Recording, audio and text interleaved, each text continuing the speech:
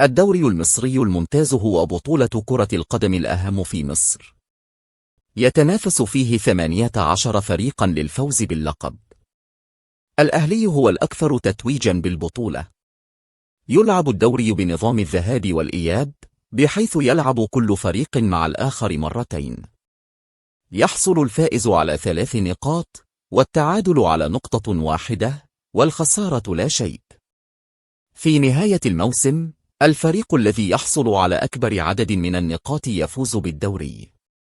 في حالة التعادل في النقاط بين فريقين أو أكثر، يتم اللجوء إلى معايير أخرى لتحديد الترتيب، مثل فارق الأهداف، والأهداف المسجلة، والمواجهات المباشرة. عادة ما يبدأ الموسم في شهر أغسطس وينتهي في شهر مايو من العام التالي.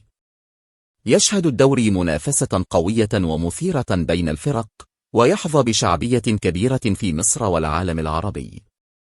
ويوجد حاليا 53 نادي حقق الفوز بالدوري.